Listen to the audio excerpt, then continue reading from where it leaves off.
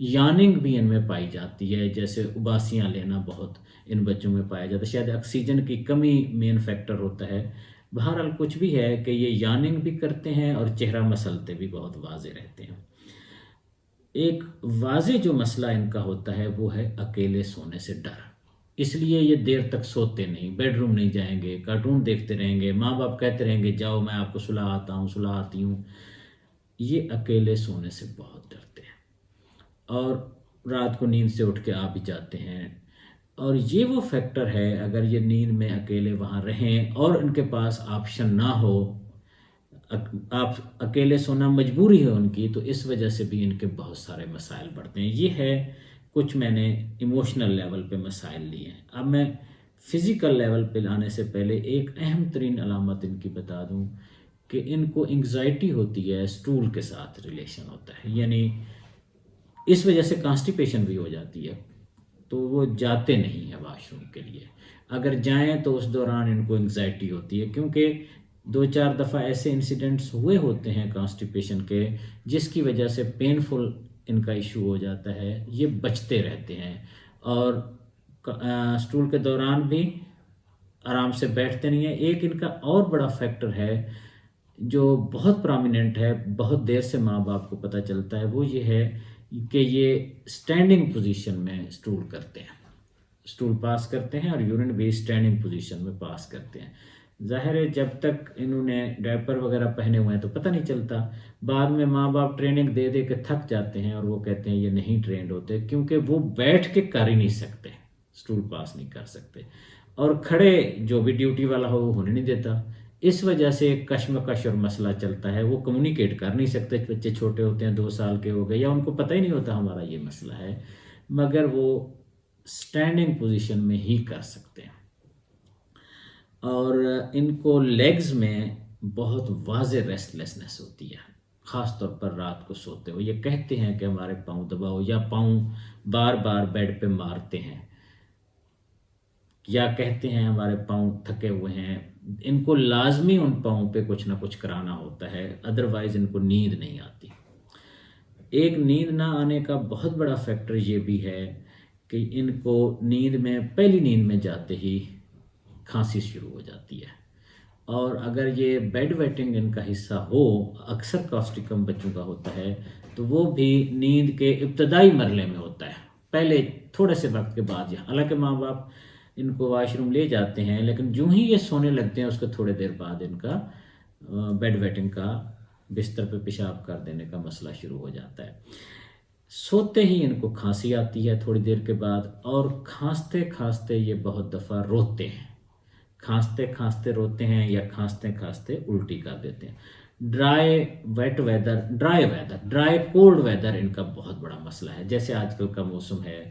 دسمبر کا، ابھی بارشیں نہیں ہوئی جہاں، تو یہاں یہ بچے واضح تکلیف میں ہوں گے۔ ہوتا یہ ہے کہ جب یہ بستر کی گرمی میں جاتے ہیں وہاں ان کے مسائل بڑھتے ہیں۔ ڈرائی ویٹ ویدر میں ان کو سانس کی تکلیفیں بہت زیادہ ہوتی ہیں، ناک بند ہو جاتا ہے، اور اکثر ان کے ہونٹ پھٹے ہوئے ہوتے ہیں، کیونکہ یہ رات کو سوتے ہوئے پراپر سانس نہیں لے سکتے، اس لیے منہ کھلا رکھتے ہیں، جس کی وجہ سے ان کے لپس ڈرائی رہتے ہیں اور ان سے بلڈ بھی نکلتا ہے۔ رات کو سوتے ہوئے خاص طور پر کھانسی ان کی یا ریسپیریٹری مسائل واضح بڑھ جاتے ہیں، اور جو ہی موسم میں بارش ہو جائے، ڈیمپ ویٹ ویدر ہو جائے، تو ان کے مسئلے اکثر سارے کے سارے حل ہو جاتے ہیں، یہ فریش ہو جاتے ہیں، چاہے سردی کتنی کیوں نہ ہو۔ یہ وہ فیکٹرز ہیں جس کی وجہ سے ان بچوں کو فزیکل لیول پہ کھانسی، اور رات بے آرامی سے گزرتی ہے اور ڈسٹرب گزرتی ہے، اور بیڈ ویٹنگ بھی ہو تو پھر اس سے اگین ٹھنڈے ہو گئے، گیلے ہو گئے، اور کھانسی پھر بڑھ گئی۔ اس طرح ان بچوں کو اکثر سردیاں بہت تکلیف میں گزرتی ہیں، جس کی وجہ سے ان کو آئے دن اینٹی بائیوٹکس کی ضرورت پڑتی ہے، سخت دوائیوں کی ضرورت پڑتی ہے، کھانسی پھر بھی بیلنس نہیں ہوتی، اور سانس متواتر ڈسٹرب ہونا شروع ہو جاتا ہے۔ یہ وہ کیفیات ہوتے ہوتے بچے نیند سے ڈسٹرب ہو جاتے ہیں، بچوں کو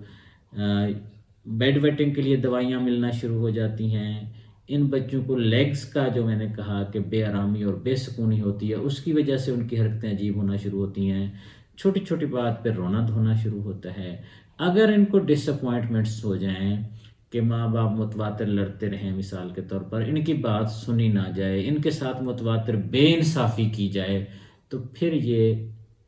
باغی ہو جاتے ہیں، پھر یہ لڑنے بھڑنے پہ آ جاتے ہیں، پھر یہ نو ٹو اتھارٹی کنفرم ہو جاتا ہے ان کا، پھر یہ ADHD ہو جاتے ہیں، یعنی یہ کسی بھی بات کو نہیں مانتے، کہیں بھی آرام سے نہیں بیٹھتے، اور یہ ریبیلیس ہو جاتے ہیں، یہ انقلابی ہو جاتے ہیں، کہتے ہیں ہر بات کو میں نہیں ماننی، میں نے نہیں کرنا، اس طرح کے مزاج میں آ جاتے ہیں۔ اگر ان کی اس ڈسپوزیشن کو پہلے مرحلے میں ہی صحیح طریقے سے مینیج کر لیا جائے تو کھانسی بھی بیلنس ہو جاتی ہے۔ Dry wet weather, dry cold weather سے، ڈرائی ویٹ نہیں، ڈرائی تو ویٹ ہو نہیں سکتا، ڈرائی کولڈ ویدر سے ان کے مسائل جو بڑھتے ہیں وہ بھی واضح ٹھیک ہو جاتے ہیں۔ متواتر جو لپس کا مسئلہ ہے، ہر وقت خشک اور بلڈ والی کیفیت ہوتی ہے کیونکہ وہ سانس پراپرلی نہیں جاتا، منہ سے سانس لیتے ہیں، اس وجہ سے وہ مسئلہ بھی بیلنس ہو جاتا ہے۔ اور جو ان کی اگلی سٹیج ہے ADHD ہونے کی، اگر پہنچ چکے ہوں تب بھی وہ بیلنس اور نارمیلٹی کی طرف آ سکتے ہیں۔ ان کی کھانسی کی ایک خاص بات یہ ہے کہ کھانسی میں بہت پانی پیتے ہیں، اور ٹھنڈے پانی سے ان کی کھانسی نسبتاً بہتر ہو جاتی ہے۔ یہ بالکل عجیب سی ایک علامت ہے کہ ٹھنڈا پانی پینے سے ان کی کھانسی، سردیوں میں ہی ٹھنڈا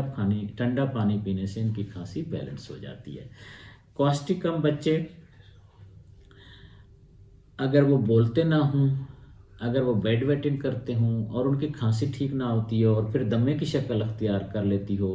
تو اس کے بعد متواتر اگر یہ کیفیت لمبا عرصہ رہے تو یہ بچے آٹزم کا شکار کہلانا شروع ہو جاتے ہیں، ADHD کا شکار ہو جاتے ہیں، لڑنے بھرنے، ہر چیز میں فساد ڈالنے، کسی بات کو نہ ماننے، ایک لحاظ سے اینگری ینگ مین بن جاتے ہیں۔ کواسٹیکم 1 m صبح رات 15 دن دینے سے، 10 دن دینے سے، سچویشن کے مطابق جو ہی بہتری آ جائے تو روک لینا ہوتا ہے۔ کافی سارے مسائل ان بچوں کے فزیکل لیول پہ بھی ٹھیک ہو جاتے ہیں اور ایموشنل لیول پہ بھی ٹھیک ہو جاتے ہیں، اور یہ نارمیلٹی میں آ جاتے ہیں، نہ کہ وہ اس طرف چلے جاتے ہیں ہر وقت روتے دھوتے رہیں، نہ پھر اس سچویشن میں رہتے ہیں کہ باغی ہو جائیں، ایک توازن کی کیفیت پیدا ہو جاتی ہے۔ کواسٹیکم آٹزم کے بچوں کے لیے،